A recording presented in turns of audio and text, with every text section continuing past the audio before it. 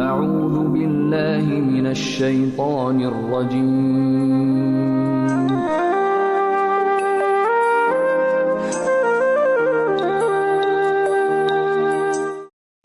أعوذ بالله من الشيطان الرجيم بسم الله الرحمن الرحيم الحمد لله والصلاة والسلام على رسول الله Muhtaram aziz qardoshlarım, assalomu alaykum va rahmatullohi va barakatuh.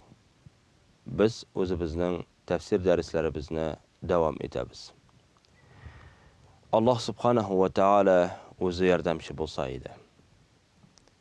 Biz oldin o'qilashgancha qisqa suralarimizni, ya'ni Amma juzning ikkinchi turli aytganda so'nggi 30-paraning qo'ybir suralarini qarab ketamiz. Bugun biz sizning bilan tanishib ketiramiz Duha surasi bilan. Bismillahirrahmanirrahim. Wad-duha wal-layli idha saja ma wadda'aka rabbuka wa ma qala وللآخرة خير لك من الأولى ولسوف يعطيك ربك فترضى ألم يجدك يتيما فآوى ووجدك ضالا فهدى ووجدك عائلا فأغنى فأما اليتيم فلا تقهر وأما السائل فلا تنهر وأما بنعمة ربك فحدث. Allah subhanahu wa ta'ala o'zining kitobida, Qur'on Karimida وَالضُّحَى وَاللَّيْلِ إِذَا سَجَى dedi. Ya'ni وَالضُّحَى degan so'z tushga xatlik bo'lgan vaqt. Tushga xatlik bo'lgan vaqt turida so'z bor. Bunda vav so'zi ant ma'nosida. Arab tilida 3 turli harf bilan huruful qasm deyiladi. 3 turli harf bilan ant etirga bo'ladi. Birinchisi mana shu vav, ya'ni vallahi. Alloh bilan ant etam. Yoki billahi ba harfi bilan. Yoki ta harfi bilan tallahi deb. Butunisida ant degan ma'noni berishak, ant etu ma'nosini berishak. Bunda Alloh subhanahu va taolo o'zi shu tushga xatlik bo'lgan vaqt bilan ant etam deb aytadi. Biz mahluqlar, Alloh taolaning bandalari, Allohning mahluqatlari bilan ant eta olmaymiz. Biz ant eta olamiz faqat Alloh subhanahu va taolo bilangina. Alloh subhanahu va taolo tilasa narsa, tilasa indi mahluqi bilan ant eta oladi. وَالضُّحَى وَاللَّيْلِ من دا الله تعالى عند تن بلن أنت تمديده وَاللَّيْلِ إِذَا سَجَدِده الله تعالى يتا وتن بلن أنت تمن هر قشان ultun qaranğılığı bilen her nerseni qaplasa dedi. Hamete Allah subhanahu ve taala ma wadda'aka rabbuka ve ma qala dedi. Ey Muhammed aleyhisselam, Rabbin seni taşlamadı, hem sana aşulanmadı dedi. Manda Peygamberimiz sallallahu aleyhi ve sellem bir vakit ağırıp gite. Çünkü uzak vakit Cebrail aleyhisselam onun yanına gelmedi, vahiy getirmedi. Bu birinchi vahiydan so'ng bir ne qadar vaqt uzgandan so'ng Cebrail alayhissalom anga kelmay boshlaydi. Shunda Ул 3 көн яки 3 төн булгандыр дип әйтәләр галимнәр. Пәйгамбәрбез саллаллаһу алейһи ва саллям кешеләр каршысына чыкмады. Һәм фаҗаат имраату Аби Лахаб. Аби Лахабның хатыны аны икенче төрле Умму Җамил дип әйтәләр. Пәйгамбәрбез саллаллаһу алейһи ва саллям янына килеп, аның өстеннән көлде, мәсхәрә кылып әйтте. Ya Muhammed dedi. İnni la arju an yakuna şeytanuka qad hajarak dedi. Min telimendir senin şeytanın seni taşlauını, senden qaşuğunu dedi. Yani ikinci türlü aytkanda qaldırgandır seni şeytanın. Alar oyladılar bu Mecnun dip, bu sihirçi dip, bu şair dip, аңа шайтан булыша дип уйлаганнар. Хәтта кайберләре хакыйкатьне белсәләр дә, дөнья ләззәтеннән һәм зур дәрәҗәдән аерылудан куркып, ислам динен кабул итмәделәр. Пәйгамбәрбез саллаллаһу алейһи ва саллямга шушындый авыр сүз әйттеләр. Ягъни шайтаның синнән бырылды, шайтаның синнән китте дип мәсхәрә кылдылар. Шайтанны инде алар мақсат итеп куйганнар инде Җәбраил алейһиссәламны. Пәйгамбәрбез саллаллаһу алейһи ва саллямга вахый иңдергән Җәбраил алейһиссәламны күз алдына китергәннәр. Бер икеме яки 3 көнме Җәбраил алейһиссәлам килми торды. Шуннан соң Аллаһ субханаһу ва тааля шушы сүрәне иңдерде. Вад-духа вал-лейли иза саҗа ма ваддаъака раббука ва ма қала.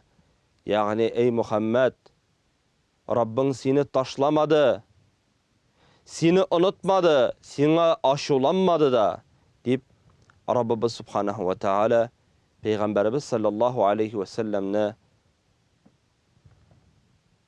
тынычландырды. Дәвам итеп әйтәбез. Һәм инде Аллаһ субханаһу ва тааля дәвам итеп әйтә. Бисмиллаһир-рахманир-рахим. وَلَلْآخِرَةُ خَيْرٌ لَكَ مِنَ الْأُولَى. Сиңа әлбәттә ахират дөньядан хәерлерәктер дигән. Ягъни Аллаһ субханаһу ва тааля сине патша кылмады, һәм сине миллиардер да кылмады. Чөнки булар һәммәсе дә бетә торган нәрсәләр. Бәлки сиңа Раббың дәрәҗәсе мәңгегә кала торган пәйгамбәрлекне бирде. Нәрсә дигән сүзне аңлата бу җәмәгать? Пәйгамбәрбез саллаллаһу алейһи ва саллям һәр вакытта да дуга кыла торган булган. Аллаһумма ла айша илля айшал ахира. Эй Раббым, бу дөнья хакыйкый тормыш түгелдер. Һәм бу дөнья яшәү түгелдер хакыйкый, әмма ахират хакыйкый яшәү урыны. Шуңа омтылырга кирәк. وَلَسَوْفَ يُعْطِيكَ رَبُّكَ فَتَرْضَى диде Аллаһ Таала. Ва тиздән сиңа Раббың өмет иткәнеңне һәм сораганыңны бирер дә. Ягъни Пәйгамбәрбез саллаллаһу алейһи ва саллям нинди дуга кылды һәм нәрсә өмет итте һәм нәрсә сорады Раббыбыздан дигән сорау туа. Ва тиздән сиңа Раббың өмет иткәнеңне һәм сораганыңны бирә Аллаһ Таала ди. Һәм син аның биргәннәреннән фатарда разый булырсың диде. Ул карамат. Ул шафагаттыр җәмәгать. Көннәрдән бер көнне Пәйгамбәрбез саллаллаһу алейһи ва саллям Коръан укып утырганда бер аятка юлыкты. İbrahim surəsinin bir ayətinə. فَمَنْ تَبِعَنِي فَإِنَّهُ مِنِّي وَمَنْ عَصَانِي فَإِنَّكَ غَفُورٌ رَحِيمٌ. Bu ayətdə Allah Teala aytə, kim mənə iyərdə, ol mindən bulaşaq. Kim mənə qarışdı, dirislükdə sinğafur qılışı həm rahim iyəsidir. Şulay uq tağın bir ayatga yo'liqda Rasulimiz sallallahu alayhi ve sellem Gaysa alayhissalamning aytgan so'zine. Bismillahirrahmanirrahim. Ve in tu'azzibuhum fa innahum ibaduk ve in taghfir lahum fa innaka antal azizul hakim. Şundan Peygamberimiz sallallahu aleyhi ve sellem yalab jibara. Bu ayetning ma'nasi, eğer sen alarını gazaplasang, alar bit senin qillarың. Eğer de gafu qilsang, sen bit aziz kish iyasi ham hakim, hikmet iyasidir dedi. Peygamberimiz sallallahu aleyhi ve sellem şu ayetni o'qib yalab jibara. Şundan qo'lin ko'tarib Allahumma ummeti dedi. Ey Rabbim ümmetin. Ey Rabbim ümmetim deb dua qildi. Ya'ni har bir payg'ambarning o'zining bir duosi bo'lgan. Payg'ambar sallallohu alayhi ve sellemning duosi ümmetine bağışlangan edi. Bilamiz kitaplardan, bilamiz əsərlərdən, rivayətlərdən köpkünə peyğəmbərlər şu duanı özü için qılğanlar, gailesi için, tuğanları için, yakınları için, ahireti için. Amma peyğəmbərimiz sallallahu aleyhi ve sellem bütün ümmeti için sıradı. Özü için bir nəsə sıramadı. Şundan Allah subhanahu ve ta'ala Cibril aleyhisselamni chaqirib aytdi: "Ya Cibril, izhab ila Muhammad ve rabbuka a'lam. Fasalhu ma yabkik." Hamsra ey Cibril Muhammad aleyhisselamdan nik ul yılayım iken deb. Albatta peygamberimiz bilen, lakin bu so'rov peygamberimizin derecesini ko'taruv niyati bilan berilgandir deb aytadilar g'alimlar.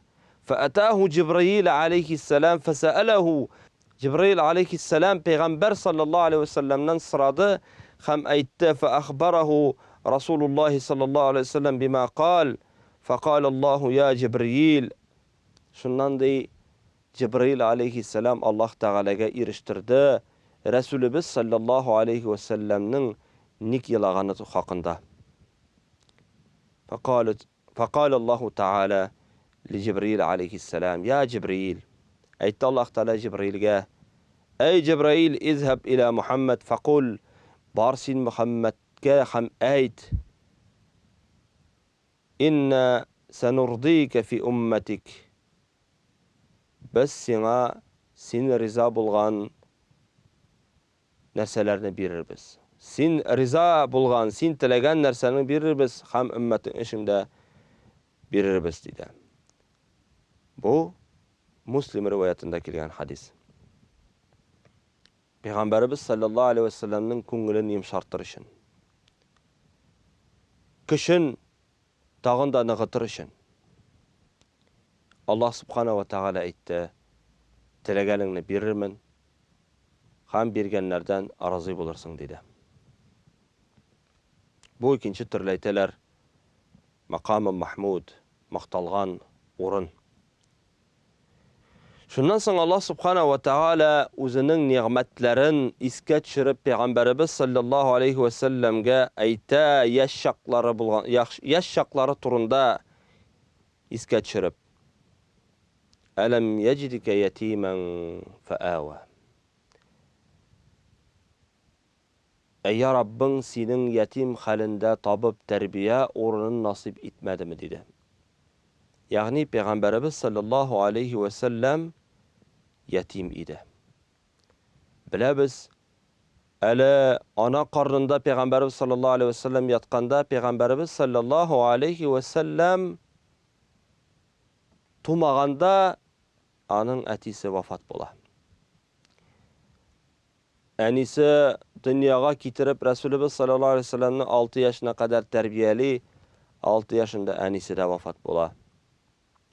Peygamber sallallahu aleyhi ve sellem dunyoga yetim bo'lib tug'a. Ham to'lisincha yetim bo'lib 6 yaşında qala. Ham Allah subhanahu ve taala ayta: "Rabbing seni yetim halinde tabib terbiye o'rnini nasib etmadimi?" Otasi bilan bir tug'an qardashi Abu Talib tarbiyalab o'stirdi.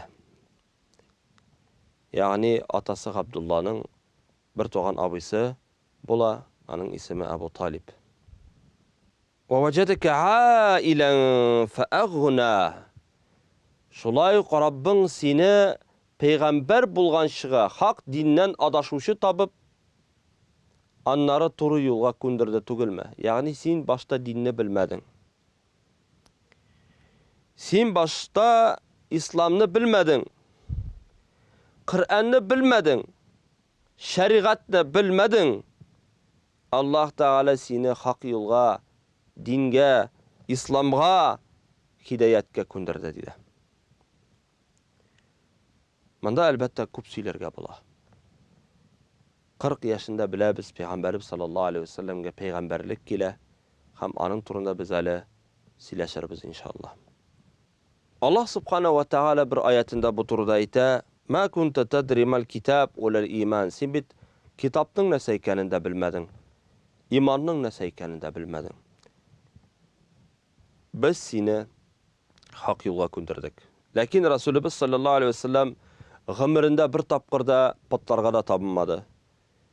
Xamir de içmedi, urlamadı, talamadı, günah kılmadı.